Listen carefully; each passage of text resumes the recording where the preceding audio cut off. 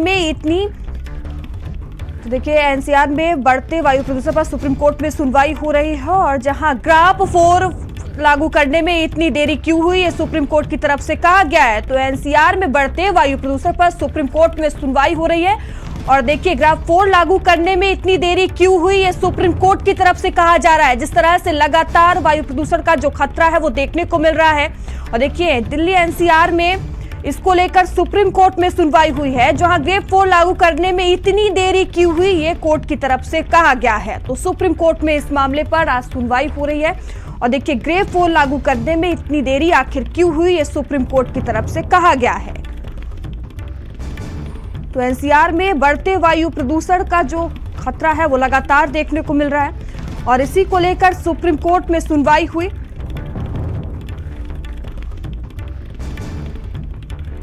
और देखिए ग्रेड 4 लागू करने में इतनी देरी क्यों हुई ये सुप्रीम कोर्ट की तरफ से कहा गया है।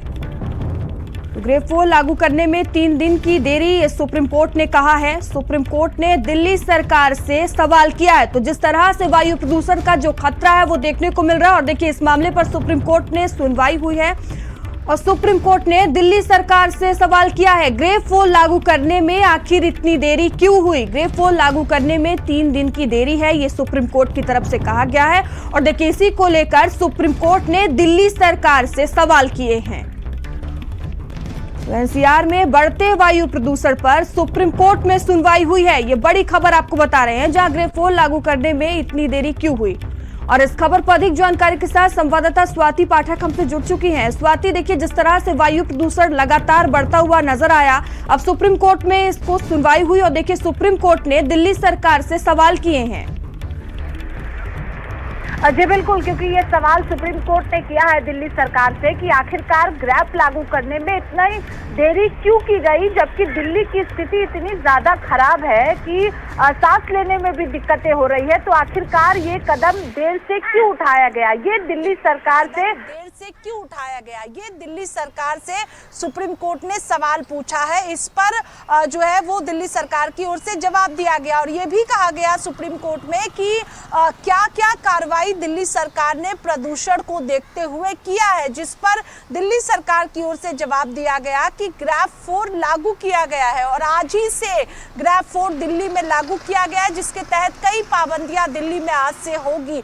क्यों देरी आई इस पर ये सवाल है, क्योंकि दिल्ली की हालत इस तरह से खराब है पूरे एनसीआर की कि आपको दूर दूर की तस्वीर नजर नहीं आती है। प्रदूषण का स्तर इस तरह से बढ़ा हुआ है और इसीलिए सुप्रीम कोर्ट ये पूरा मामला पहुंचा है। इस पर इससे पहले भी सुनवाई हुई, आज भी सुप्रीम कोर्ट में सुनवाई हुई और सुप्रीम कोर्ट ने कहा कि सरकार से ये पूछा है कि जब AQI 401 को 13 नवंबर को ही पार कर गया था तो 3 दिनों के बाद भी ग्रैप 3 को लागू क्यों नहीं किया गया, ये सुप्रीम कोर्ट ने आज दिल्ली सरकार से पूछा है। क्योंकि 13 नवंबर को AQI जो है 400 से पार हो चुका था, फिर ग्रैप 3 लागू क्यों नहीं किया गया था, क्योंकि गंभीर स्थिति में अभी दिल्ली की प्रदूषण की बात करते हैं तो लगातार बना हुआ है और इसी वजह से दिल्ली सरकार से सुप्रीम कोर्ट ने आज सवाल पूछा है।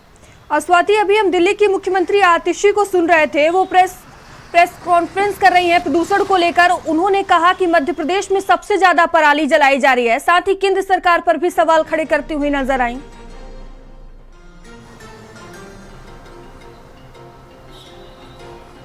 देखिए हर बार यही होता है कि जब पूरे एनसीआर में प्रदूषण का स्तर बढ़ता है तो उसके बाद सवाल एक दूसरे पर उठाए जाते हैं, क्योंकि एक तरफ दिल्ली सरकार द्वारा कहा जाएगा कि उत्तर प्रदेश हरियाणा में पराली जलाई जाती है, MP में पराली जलाई जाती है, यही वजह है कि प्रदूषण का स्तर दिल्ली में बढ़ जाता है और कंट्रोल से बाहर प्रदूषण हो जाता है। दूसरी तरफ यूपी की बात करते हैं, हरियाणा की बात करते हैं तो दिल्ली के ऊपर जिम्मा दिया जाता है। तो ये आरोप प्रत्यारोप लगातार हर साल ये तस्वीर और ये बयान देखने को मिलता है, लेकिन जो इस वक्त दिल्ली एनसीआर की हालत है वो सच में बहुत ज्यादा खराब है। आंखों में जलन हो रही है, सांस लेने में दिक्कतें हो रही है और साफ तौर पर 11:30 बजने को है, अभी भी तस्वीर आपको दूर की नहीं दिखेगी। बिल्कुल, लोगों को दिक्कतों का सामना करना पड़ रहा है। ठीक है स्वाति, धन्यवाद आपका जानकारियों के लिए। और चलिए आगे बढ़ते हैं, खबर ग्रेटर नोएडा से।